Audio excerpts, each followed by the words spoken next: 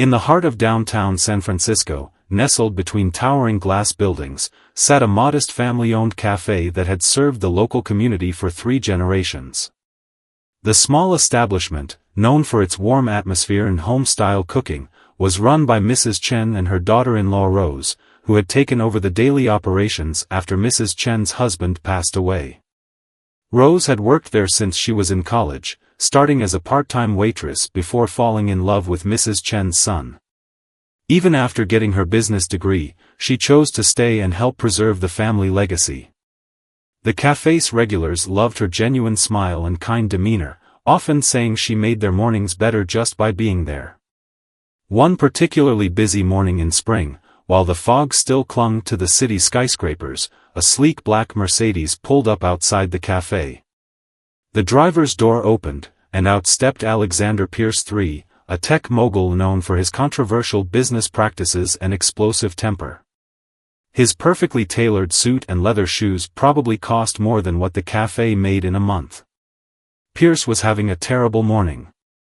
His latest startup acquisition had fallen through, and his PR team was struggling to contain yet another scandal about his company's questionable data practices. He stormed into the cafe, barely acknowledging the cheerful bell that announced his entrance. Rose was handling the morning rush with her usual grace, gliding between tables with practiced ease. She noticed the new customer immediately. It was hard not to, given his commanding presence and the way other patrons seemed to shrink away from his scowl. "Good morning, sir. Please take any seat you'd like, and I'll be right with you," Rose called out warmly, while carefully balancing a tray of breakfast plates. Pierce ignored her greeting, choosing instead to bark into his phone about incompetent employees and missed deadlines. He slumped into a corner booth, his expensive suit wrinkling as he sprawled across the worn leather seat. After ensuring her other customers were taken care of, Rose approached his table with her signature smile. "Welcome to Chen's Family Cafe. Can I start you off with some coffee?" Pierce barely looked up from his phone, waving his hand dismissively. "Double shot espresso. Make it quick. And don't mess it up like you people usually do." Rose's smile faltered slightly at his tone, but she maintained her professional demeanor. "Of course, sir. I'll have that right out for you." She returned promptly with his espresso, setting it down carefully beside him. "Here you are, sir. Would you like to see our breakfast menu?" Pierce finally looked up from his phone, his face contorted with obvious disdain. He picked up the cup, took one sip, and his expression darkened. "This is cold. I asked for a hot espresso, not this garbage." His voice carried across the cafe, causing other customers to turn and stare. "I'm so sorry, sir. Let me get you a fresh one right away," Rose offered, reaching for the cup. "Don't bother." Pierce stood up abruptly, towering over her. "This is exactly what's wrong with this country. People like you can't even handle a simple coffee order." Without warning, he flung the contents of the cup directly at Rose, the dark liquid splashing across her white uniform. The cafe fell silent. Mrs. Chen, who had been watching from behind the counter, rushed to Rose's side with a towel. But before she could reach her, something unexpected happened. A young woman from the tech startup next door had been recording the entire incident on her phone. She stood up, her hands steady as she continued filming. "This is going viral, Mr. Pierce. I'm sure your board of directors will love to see how you treat service workers." Pierce's face paled slightly, but his arrogance prevailed. "Do you know who I am? I'll have your job for this." He reached for the woman's phone, but another customer, a retired judge who'd been coming to the cafe for decades, stepped between them. "Actually, Mr. Pierce, what you just did constitutes assault," the judge stated calmly. "And given your choice of words before the incident, there could be additional charges considered." Mrs. Chen had finally reached Rose, who was still standing in shock, coffee dripping from her clothes. The elderly woman's usual gentle demeanor transformed as she faced Pierce. "You leave my cafe now. And don't come back." Pierce scoffed, reaching for his wallet. He pulled out a $100 bill and tossed it on the floor. "Keep the change. You'll need it for the dry cleaning." But as he turned to leave, he found himself facing a wall of phones, all recording his behavior. The young tech worker had already posted the video, and it was gaining traction by the second.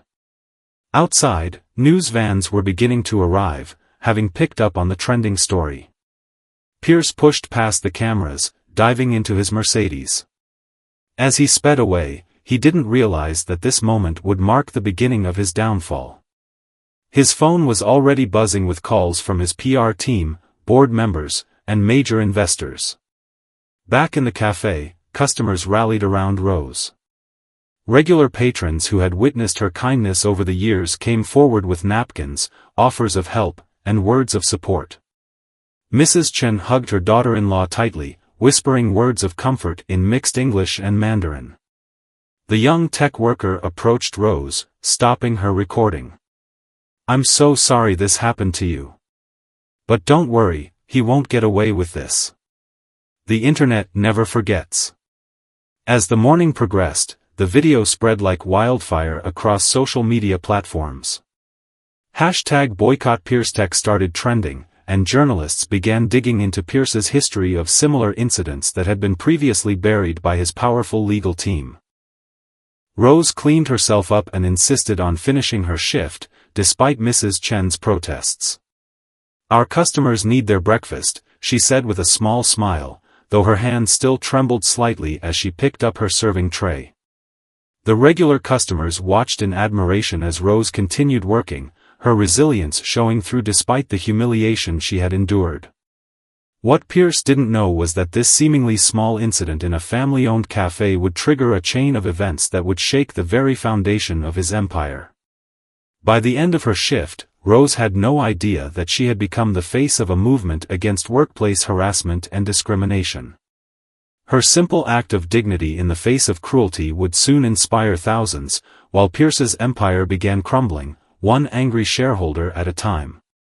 As the sun set on that eventful day, Mrs. Chen closed the cafe's doors, hung up her apron, and sat down with Rose to watch the news coverage of the incident. Neither woman could have predicted that their small family business would become ground zero for a story about power, prejudice, and the sweet taste of karma that was about to unfold. Little did Pierce know, his worst nightmare was just beginning, and his morning coffee incident was about to cost him far more than he could have ever imagined. The video of Pierce's outburst spread across social media platforms like wildfire. By sunset, major news networks were running the story on their evening broadcasts. The hashtags #ChensCafe and #CoffeeKarma had gained millions of impressions, with celebrities and influencers sharing their own experiences of workplace harassment. Pierce sat in his penthouse office, watching his empire crumble in real time. His phone hadn't stopped ringing since the incident. His PR team had gone into crisis mode, but their usual tactics of burying negative press weren't working this time. The raw authenticity of the video and Rose's dignified response had struck a chord with people worldwide. "Sir, we have a serious problem," his chief communications officer announced, bursting into the office without knocking. 3 major investors have publicly announced they're reconsidering their positions in Pierce Tech. The stock has dropped 15% in the last hour alone. Pierce loosened his tie, his face red with anger and fear. "Then fix it. That's what I pay you for," he shouted, hurling a crystal paperweight across the room. It shattered against the wall, much like his carefully constructed public image. Meanwhile, back at Chen's cafe, Rose was surprised to find a line of people stretching around the block the next morning. Customers had come from all over the city to show their support. Many carried handmade signs reading, "Stand with Rose," and "Kindness Matters." A local florist had delivered dozens of bouquets, filling the cafe with the sweet scent of roses and lilies. Cards and letters of support poured in from around the world. Mrs. Chen's eyes welled with tears as she read messages from people who shared similar experiences of discrimination and praised Rose's grace under pressure. The retired judge who had stood up to Pierce the day before returned, this time with his daughter, a prominent civil rights attorney. What he did wasn't just wrong, the attorney explained gently to Rose and Mrs. Chen. It was illegal. You have a strong case for assault and discrimination. Rose hesitated, looking at Mrs. Chen. They had never been the type to seek confrontation or publicity. But Mrs. Chen squeezed her hand and nodded. Sometimes, standing up isn't just for us, the older woman said wisely. It's for everyone who couldn't. As Rose considered her options, Pierce's world continued to unravel. A deep-dive investigation by a leading tech magazine revealed a pattern of similar incidents that had been quietly settled out of court. Former employees began coming forward with their own stories of abuse and discrimination at Pierce Tech. The company's board of directors called an emergency meeting. Pierce sat at the head of the table, his usual confidence replaced by barely controlled panic. The board members, many of whom had overlooked his behavior when profits were high, now saw him as a liability. The numbers don't lie, Alexander, the board chairman stated firmly.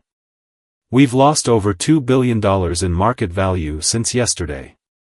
Major clients are threatening to pull their contracts. We need to take decisive action. Pierce leaned forward, his knuckles white as he gripped the edge of the table. This is ridiculous. Over a cup of coffee? I'll pay whatever fine you want. Make a donation to some charity. Just make it go away. But it wasn't going away.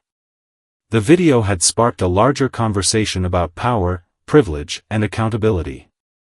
Social media users had begun investigating Pierce's past, uncovering a trail of similar incidents that painted a damning picture of systemic abuse.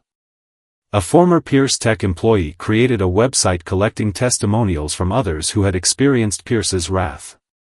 By midnight, over 500 stories had been submitted, each more disturbing than the last. Back at the cafe, Rose was overwhelmed by the support she received.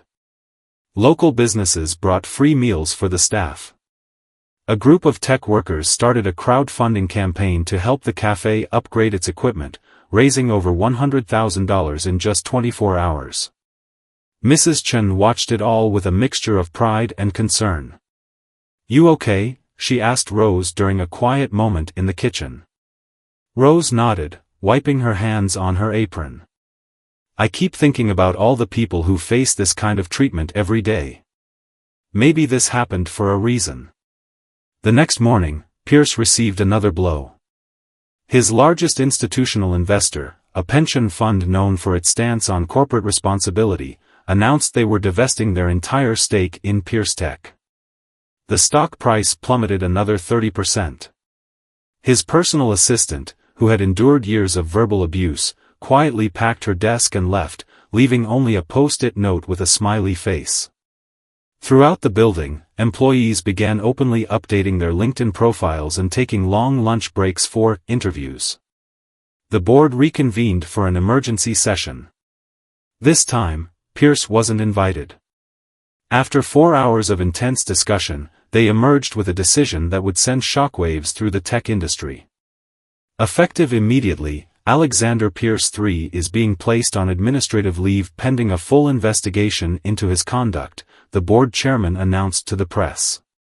Pierce Tech is committed to creating a workplace culture of respect and dignity for all. Pierce watched the announcement on his phone, alone in his penthouse. His hands shook as he poured himself a drink, spilling expensive scotch on his imported marble countertop. The empire he had built through intimidation and fear was crumbling around him. Meanwhile, Chen's cafe had become a symbol of resistance against workplace bullying. A children's book author who frequented the cafe started working on a story about standing up to bullies, with Mrs. Chen's cafe as the setting. Local schools requested Rose as a speaker to talk about dignity and respect in the workplace. As the second day drew to a close, Rose and Mrs. Chen sat in their usual spot by the window, sharing a pot of jasmine tea. The cafe was quiet now, but evidence of the day's events remained: fresh flowers, thank you cards, and a sense of change in the air. Tomorrow will be interesting, Mrs. Chen said, her eyes twinkling. I ordered extra coffee beans. Just in case. Rose laughed, her first genuine laugh since the incident. Maybe we should add a new drink to the menu. Call it Karma Coffee. Outside, the city lights twinkled as day turned to night. In his empty penthouse, Pierce faced the consequences of his actions, while in a small family cafe, two women who had stood their ground with dignity prepared for another day of serving their community with kindness and respect. The story was far from over, but one thing was clear, the world was watching, and change was brewing, one cup of coffee at a time. The morning news shows couldn't get enough of the story. Business analysts debated Pierce's future while morning show hosts praised Rose's composure. A clip of her quietly continuing to serve customers after the incident had become particularly powerful, shared millions of times with captions about grace under pressure. Pierce's personal life began to crumble alongside his professional one. His invitation to chair the upcoming Tech Innovation Summit was quietly rescinded. The exclusive country club where he spent his weekends lost his membership renewal. Even his favorite restaurants suddenly couldn't find his reservations. At his luxury apartment building, neighbors who once fawned over him now avoided eye contact in the elevator. His usual table at the rooftop restaurant remained conspicuously empty as he opted for room service, unable to face the whispers and stares. Meanwhile, the investigation into Pierce Tech's corporate culture revealed darker secrets. A former HR director, finally free from her non-disclosure agreement, shared documents showing dozens of complaints that had been buried over the years. The pattern was always the same: intimidation, discrimination, followed by hefty settlements and ironclad NDAs. We tried to warn the board years ago, she told a prominent tech magazine. But the company's success made them turn a blind eye. They valued profits over people, and now everyone's paying the price. The story took an unexpected turn when a small tech blog discovered that Rose had actually graduated top of her class in business school before choosing to help run the family cafe. The revelation added another layer to the narrative: she wasn't just a waitress Pierce had dismissed, but a highly educated professional who had chosen a different path. At Chen's cafe, Rose was handling the attention with characteristic humility. She declined most interview requests, preferring to let her actions speak for themselves. The cafe had become something of a pilgrimage site for activists and supporters, but she made sure it remained, first and foremost, a warm and welcoming family restaurant. Mrs. Chen had taken to serving her special moon cakes to waiting customers, sharing stories about the cafe's history and her own experiences as an immigrant entrepreneur. In America, she would say, respect isn't bought with money. It's earned through character. One morning, a group of former Pierce Tech employees gathered at the cafe for an informal support meeting. They shared stories over coffee and dumplings, their conversations a mix of relief and regret for not speaking up sooner. I used to think I had to accept that kind of treatment to succeed in tech, one former developer said, cradling her coffee cup. Watching Rose stand her ground made me realize we don't have to choose between our dignity and our careers. The ripple effect spread beyond Pierce Tech. Other companies began reviewing their harassment policies. Several tech startups invited Rose to consult on workplace culture initiatives, though she politely declined, focusing instead on her commitment to the cafe. Pierce's board of directors called another emergency meeting. The company's stock had stabilized, but at a price that had wiped billions from its market value. Major clients were still threatening to jump ship, and talent recruitment had ground to a halt. We need to take more decisive action, the board chairman announced. The administrative leave isn't enough. The market needs to see real change. In his penthouse, Pierce was coming undone. His carefully curated image as a tough but brilliant leader had been replaced by viral memes and late-night comedy sketches. His phone, once constantly buzzing with opportunities and invitations, was eerily quiet. His personal assistant's replacement lasted exactly 2 days before quitting, citing his increasingly erratic behavior. The cleaning service suspended their visits after he threw another tantrum, leaving empty takeout containers to pile up in his once pristine apartment. Back at the cafe, Rose and Mrs. Chen were implementing changes of their own. They used some of the crowdfunding money to provide health insurance for their part-time staff and created a scholarship fund for service industry workers pursuing education. "We can't change the whole world," Rose explained to a local reporter who managed to catch her on her break. "But we can make our little corner of it better." The cafe's new "Pay It Forward" board was filled with prepaid coffee tickets, left by customers for anyone who needed a pick-me-up but couldn't afford it. The simple act of kindness stood in stark contrast to Pierce's display of cruelty.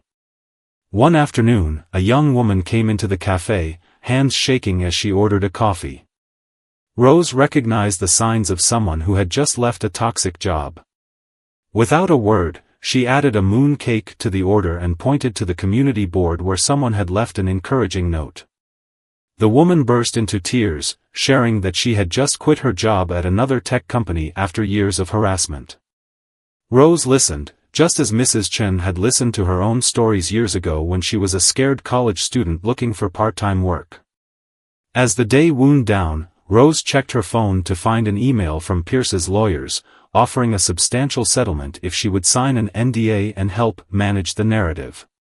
She showed it to Mrs. Chen, who snorted and used the printout to wrap moon cakes. Outside, the line of customers continued to grow. A street artist had painted a beautiful mural on the building next door, a coffee cup overflowing with blooming flowers, symbolizing growth from adversity. The tech worker who had recorded the original video stopped by with news. "The clip hit 100 million views," she said. "And people aren't just watching, they're taking action. There's a whole movement now about standing up to workplace bullying." As Rose prepared to close the cafe that evening, she noticed a familiar face among the customers, Pierce's former assistant, sitting quietly in the corner with a resume open on her laptop. Their eyes met, and Rose walked over with a fresh cup of coffee. "On the house," she said warmly. "And if you're looking for a change, we could use some help around here." The woman's eyes welled up with tears of relief. In that simple gesture, Rose demonstrated everything that Pierce had failed to understand about true leadership and human dignity. As the sun set on another busy day, Rose and Mrs. Chen began their closing routine, unaware that the next day would bring even more surprising developments in their ongoing saga with the fallen tech mogul.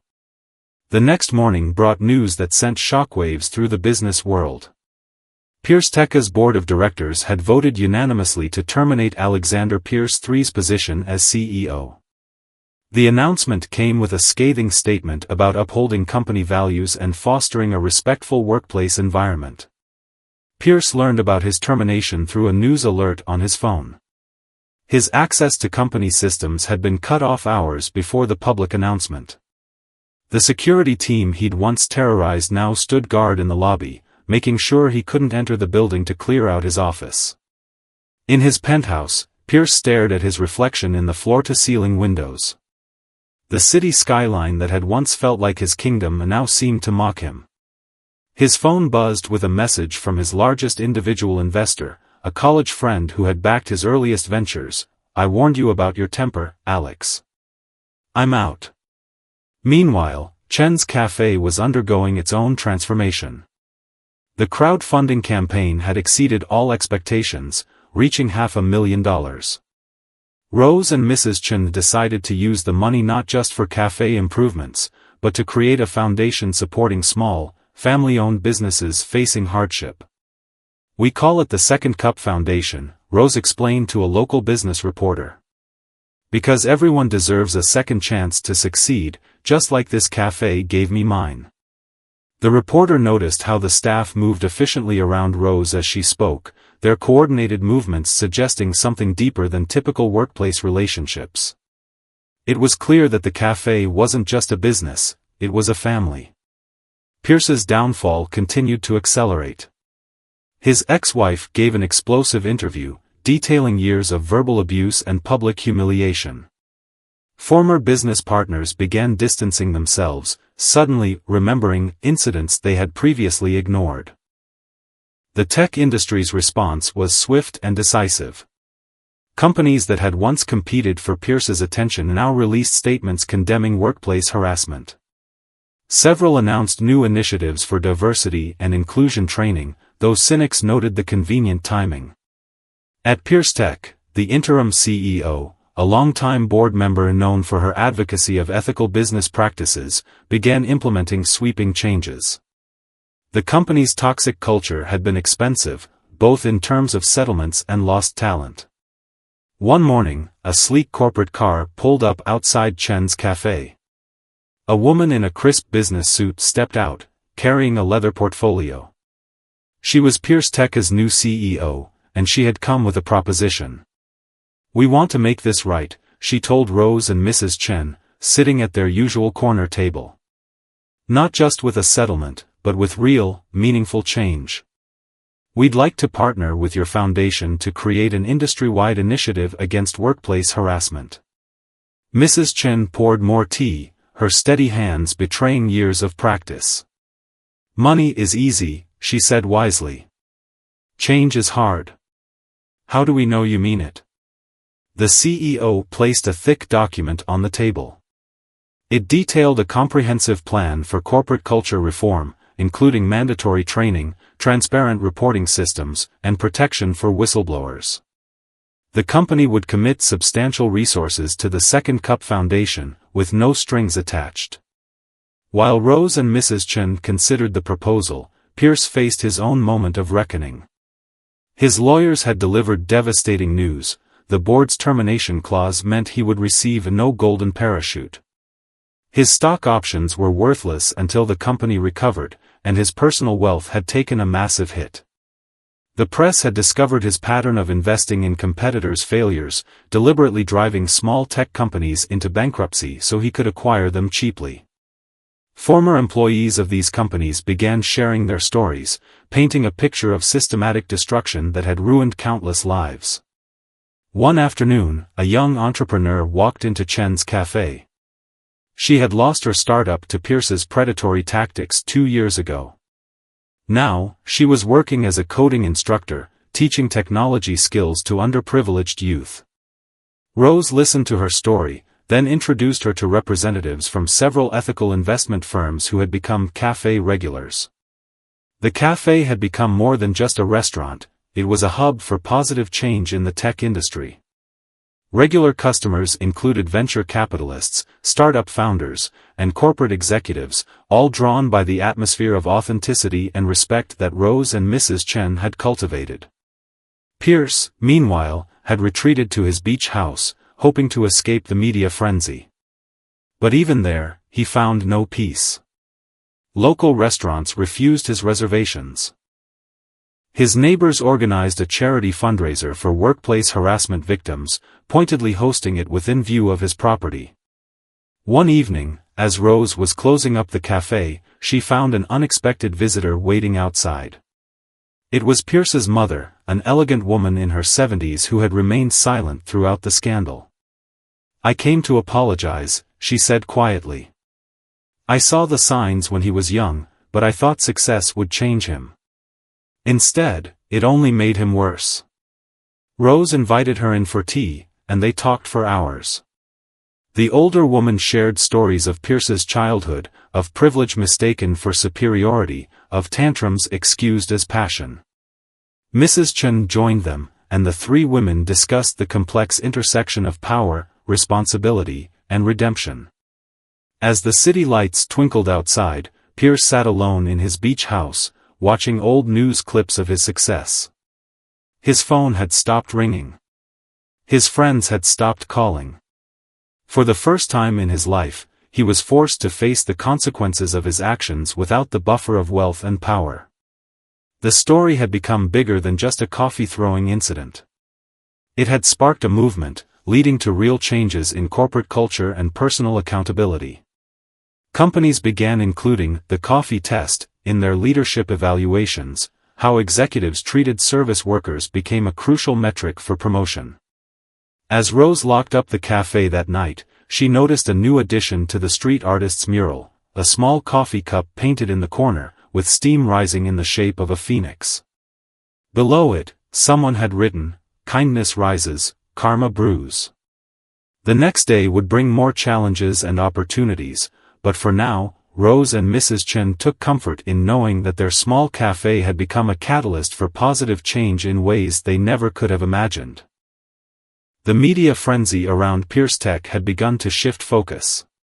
What started as a viral video of workplace harassment had evolved into a larger story about corporate accountability and cultural change. Major business schools were already developing case studies about Pierce's downfall. Pierce's beach house had become his prison. Delivery services were his only connection to the outside world, and even they left packages at the gate to avoid interaction. His home security cameras captured groups of people regularly stopping to take selfies in front of his property, often making coffee-throwing gestures. One morning, he opened his laptop to find his personal email flooded with thousands of messages, former employees, competitors, and service workers from across the city sharing their experiences of his abuse. His attempt to block the emails failed when the tech blogs got hold of them and began publishing the most revealing ones. Meanwhile, at Chen's cafe, Rose and Mrs. Chen were implementing their vision for the Second Cup Foundation. The cafe's back office had been converted into a small business resource center, offering free consultations to struggling local entrepreneurs. "We understand what it's like to feel powerless," Rose explained to a group of small business owners. "But together, we can create something stronger than fear." The foundation's first initiative was a partnership with local coding bootcamps to provide scholarships for service industry workers wanting to transition into tech. The program, called Serving Up Success, quickly gained support from ethical tech companies eager to diversify their talent pools. Pierce's former assistant, now working at the cafe, had proved invaluable in helping organize the foundation's efforts. Her intimate knowledge of corporate operations, combined with the cafe's community-focused approach, created a unique model for sustainable change. One day, a teenage girl came into the cafe with her mother. She was doing a school project on business ethics and had chosen the coffee incident as her topic. As Rose served them tea, the girl asked a question that made everyone pause: "Do you think Mr. Pierce can ever change?" The question sparked a thoughtful discussion among the customers. A psychology professor sitting nearby offered her perspective: "Change is possible, but it requires genuine recognition of wrongdoing and a commitment to do better." Unfortunately, people in positions of extreme power rarely develop the empathy needed for such transformation. Pierce was indeed struggling with his new reality. His therapist, whom he'd started seeing at his lawyer's insistence, was blunt about his situation. "You've spent years building walls of wealth and power to protect yourself from consequences. Now those walls have crumbled, and you're facing the person you've become." The tech industry was undergoing its own reckoning. Companies began publishing respect metrics alongside their financial reports. Executive bonuses were tied to employee satisfaction scores, with special weight given to feedback from support staff and service workers. Rose received an invitation to give a keynote speech at a major tech conference about workplace culture. Though public speaking made her nervous, she accepted, seeing it as an opportunity to advocate for real change. The conference hall was packed when Rose took the stage. Instead of a traditional presentation, she simply told stories about Mrs. Chen's courage in starting the cafe as an immigrant, about regular customers who became family, about the dignity of service work, and about the responsibility that came with power. "Success isn't just about what you achieve," she said, her voice steady. "It's about how you achieve it, and who you lift up along the way." Her words resonated deeply, particularly with younger tech entrepreneurs who were just starting their leadership journeys. Several approached her afterward, eager to establish partnerships with the Second Cup Foundation. Back at his beach house, Pierce watched the speech on his laptop, his untouched whiskey growing warm. For the first time, he saw himself through others' eyes, not as a tough businessman, but as a bully who had mistaken cruelty for strength. That evening, he did something unprecedented. he wrote an email to Rose. No lawyers, no PR team, just raw honesty about his behavior and its impact. His finger hovered over the send button for hours before he finally clicked it. The email arrived at the cafe during the morning rush. Rose read it during her break, sharing it with Mrs. Chen. The words seemed genuine, but both women had seen too much to take them at face value. Actions speak louder than words, Mrs. Chen said, wisely. Let's see what he does next. They didn't have to wait long.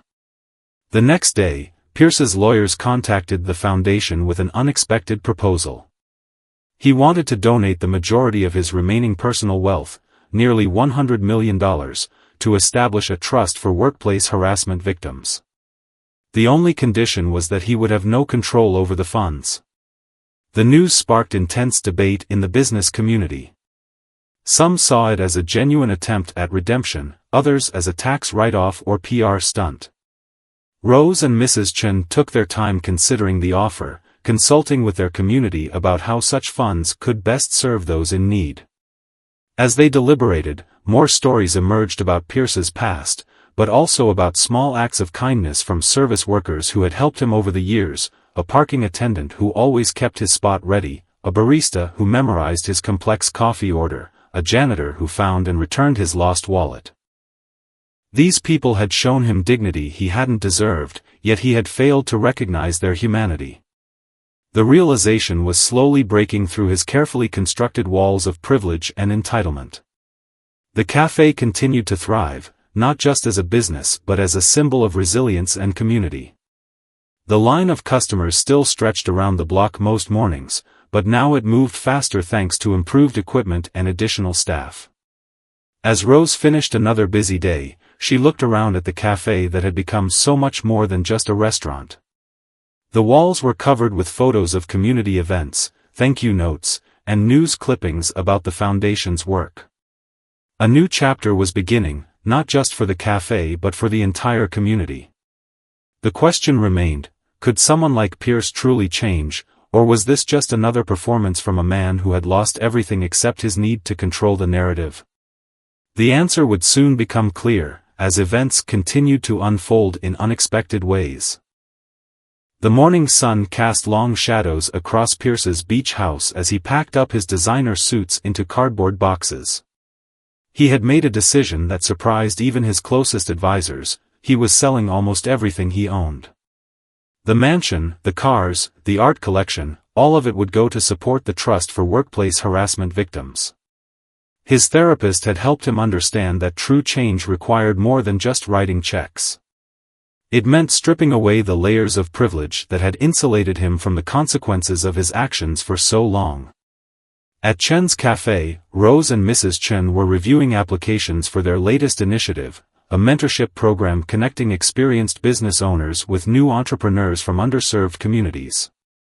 The pile of applications on their desk spoke volumes about the need for such support. "Look at this one," Rose said, holding up a particularly moving application. It was from a former custodian at Pierce Tech who had dreamed of opening her own cleaning service company but never had the resources or guidance to start. The Second Cup Foundation had already helped launch 15 small businesses, each one a story of determination and resilience. The cafe's walls now featured photos of these success stories: a food truck owner, a local bookstore, a family-run bakery. One quiet afternoon, an unexpected visitor arrived at the cafe. It was Pierce's mother again, but this time she wasn't alone. She brought a small group of other parents whose children had followed similar paths of toxic leadership. "We want to understand," she explained to Rose. "We want to learn how to raise the next generation differently." This led to the creation of a new foundation program focused on parenting and emotional intelligence in privileged communities. Meanwhile, Pierce had begun his own journey of transformation. He moved out of his beach house into a modest apartment, took public transportation, and started volunteering at a local homeless shelter, all while maintaining a low profile to avoid accusations of publicity stunts. The media caught wind of his lifestyle changes, but for once, Pierce refused all interview requests. His only public statement was a brief post on social media, learning to listen more than I speak. Learning to serve more than I demand. At Pierce Tech, the new CEO was implementing systemic changes. The company had introduced a revolutionary policy requiring all executives to spend 1 week each year working in customer service roles.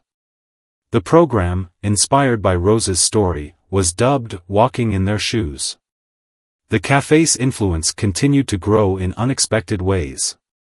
Business schools began sending students to study its model of community-centered entrepreneurship. Rose and Mrs. Chen found themselves hosting workshops on sustainable business practices and ethical leadership. One morning, a young barista at the cafe was struggling with a particularly complex order during the rush hour. To everyone's surprise, Rose noticed Pierce's former assistant, now their office manager, quietly step in to help, showing the same patience and kindness she had rarely received in her previous job.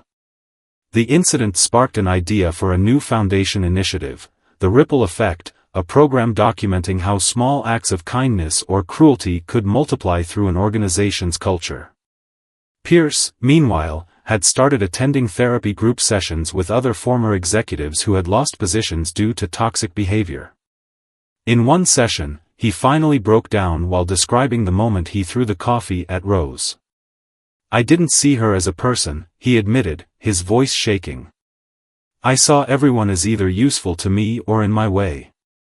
I never understood the cost of that mindset until I lost everything." The cafe had become a case study in restorative justice. Rather than seeking punishment, Rose and Mrs. Chen had created a model for transformation. Their approach attracted attention from conflict resolution experts and corporate consultants studying alternatives to traditional HR practices. One day, a letter arrived at the cafe from a prestigious business ethics committee. They wanted to create an annual award in Rose's name, honoring businesses that demonstrated exceptional commitment to workplace dignity. The irony wasn't lost on anyone. Pierce had once been a judge on that same committee. As Rose and Mrs. Chen discussed the award over their evening tea, a small news item caught their attention. Pierce had been spotted helping an elderly woman carry her groceries up several flights of stairs when her building's elevator was out of service. No cameras, no press releases, just a simple act of kindness witnessed by a neighbor. "People can change," Mrs. Chen said softly, "but only when they're ready to do the work." The cafe's success had inspired similar establishments across the city. Other family-owned businesses began incorporating community support programs into their operations. The local business landscape was slowly shifting from competition to collaboration. Rose's original viral video had evolved into a documentary series about workplace culture transformation. Film crews interviewed former Pierce Tech employees, small business owners, and even Pierce himself, though his segment was brief and appropriately humble. As another busy day drew to a close, Rose watched the diverse group of customers in the cafe, tech workers and taxi drivers, executives and students, all sharing space with equal respect. The scene was a far cry from that fateful morning when a cup of coffee changed everything. Mrs. Chen wrapped up her last batch of moon cakes, setting aside a few for the morning staff. "Tomorrow is another chance," she said, her favorite phrase taking on new meaning in light of all that had happened. The story's impact continued to ripple outward, touching lives in ways that neither Rose nor Pierce could have imagined. But the biggest changes were yet to come, as the next chapter would reveal. 1 year had passed since the coffee incident. Chen's Cafe had become a landmark of social change, with visitors from around the world seeking to understand how a simple family restaurant had sparked a global movement for workplace dignity. The cafe's interior had been thoughtfully expanded, preserving its warm, homey atmosphere while accommodating more customers. Old photos lined the walls, telling the story of 3 generations of service to the community. Among them hung a small, unassuming frame containing the original viral video's thumbnail, a reminder of how quickly life could change. Early one morning, before the cafe opened, Rose found a thick manila envelope in their mailbox. Inside was a handwritten letter from Pierce, along with documentation of his completed therapy program and a detailed accounting of how he distributed his wealth to various charitable causes. "I don't seek forgiveness," the letter read. "I seek understanding of the harm I've caused and the opportunity to become a better person." The hardest lesson was learning that success isn't measured by what you own, but by how you treat others. Mrs. Chen read the letter over Rose's shoulder, her experienced eyes evaluating every word. "A year ago, he would have had his lawyers write this," she observed. "Now he writes his own truth." The Second Cup Foundation had grown beyond their wildest expectations. With careful management of Pierce's donated funds and additional support from ethical investors, they had helped launch over 100 small businesses, focusing on owners from marginalized communities. Pierce had maintained his modest lifestyle, working part-time as a business ethics consultant for rehabilitation programs helping executives recover from similar falls from grace. His experiences, both as a perpetrator and someone working toward redemption, provided valuable insights. One morning, a young entrepreneur entered the cafe. She was a graduate of their first mentorship program, now running a successful tech startup with a strong emphasis on inclusive workplace culture. "Your story changed my whole approach to leadership," she told Rose. "We measure success by how we lift others up." The Pierce tech transformation had become a Harvard Business School case study. The company, under its new leadership, had rebuilt itself with a focus on ethical innovation and workplace dignity. Their "Walking in Their Shoes" program had been adopted by corporations worldwide. Rose received an invitation to join the company's advisory board, specifically to help maintain their commitment to workplace culture. After careful consideration and discussions with Mrs. Chen, she accepted, seeing it as an opportunity to influence corporate policy from within. The cafe's morning rush was in full swing when a familiar face appeared at the counter. It was Pierce's mother, accompanied by a group of business school students. She had become an advocate for ethical leadership education, using her son's story as a cautionary tale. "These students need to understand that true leadership isn't about power over others," she explained to Rose. "It's about creating environments where everyone can thrive." The cafe had introduced a unique training program for their staff, emphasizing both technical skills and emotional intelligence. Each employee spent time in different roles, from dishwasher to manager, fostering empathy and understanding throughout the organization. Pierce's former assistant, now the cafe's operations director, had implemented many of these changes, drawing on her experiences from both worlds. "Here, we lead with kindness," she often told new hires. "It's not just about serving coffee, it's about serving humanity." The impact extended beyond the business world. Local schools had incorporated the cafe story into their curriculum, teaching students about workplace respect and the power of community. Children would visit on field trips, learning how a small family business could create positive change. One afternoon, Rose received news that their story would be featured in a major documentary about workplace transformation. The filmmakers wanted to capture the cafe's daily operations, interviews with staff and customers, and the ripple effects of their foundation's work. During filming, a surprising interview subject arrived, Pierce himself. He had lost weight, dressed simply, and carried himself with a humility that shocked those who had known him before. He requested to be interviewed in the same spot where he had thrown the coffee a year ago. "I came here thinking I was above everyone else," he said to the cameras.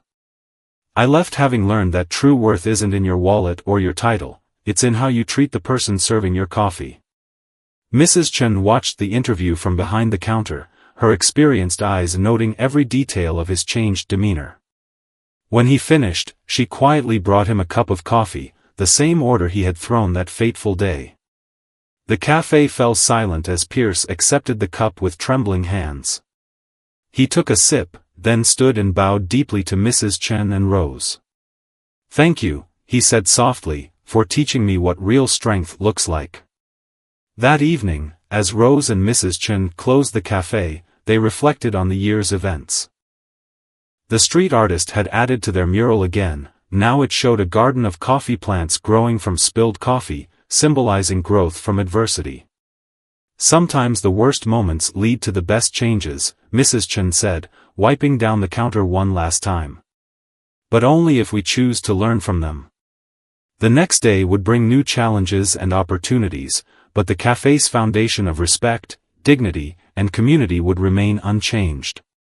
The coffee incident had created ripples that continued to spread, touching lives in ways that proved that one moment of courage could indeed change the world. 18 months after the incident, Chen's Cafe hosted a unique gathering. The occasion was the inaugural Dignity in Service award ceremony, recognizing businesses that had demonstrated exceptional commitment to workplace respect and community values. The cafe had been transformed for the evening, though Mrs. Chen insisted on keeping the kitchen open. "Awards are nice," she said with a smile, "but people still need their dinner." This simple statement perfectly captured the philosophy that had made their establishment so special. Rose stood at the podium, surrounded by community leaders, business owners, and media representatives. The cafe's regular customers sat alongside corporate executives, all united by a shared commitment to workplace dignity. The scene would have been unimaginable just 18 months ago. Change, Rose began, doesn't always announce itself with grand gestures. Sometimes it arrives in small moments, a cup of coffee, a kind word, a decision to stand up for what's right. But those moments can create ripples that transform entire communities. The Second Cup Foundation had exceeded all expectations. They had helped launch over 200 small businesses, created mentorship programs in 3 states, and established a scholarship fund for service workers pursuing higher education. Their model was being studied and replicated internationally. Pierce sat quietly in the back row, dressed simply in a casual suit. He had asked not to be included in the program, understanding that his role now was to listen and learn. His transformation had become its own kind of testimony, proof that change was possible for those willing to do the difficult work. The Foundation's latest initiative, revealed that evening, was a partnership with major corporations to create paid apprenticeship programs for service workers interested in transitioning to different careers.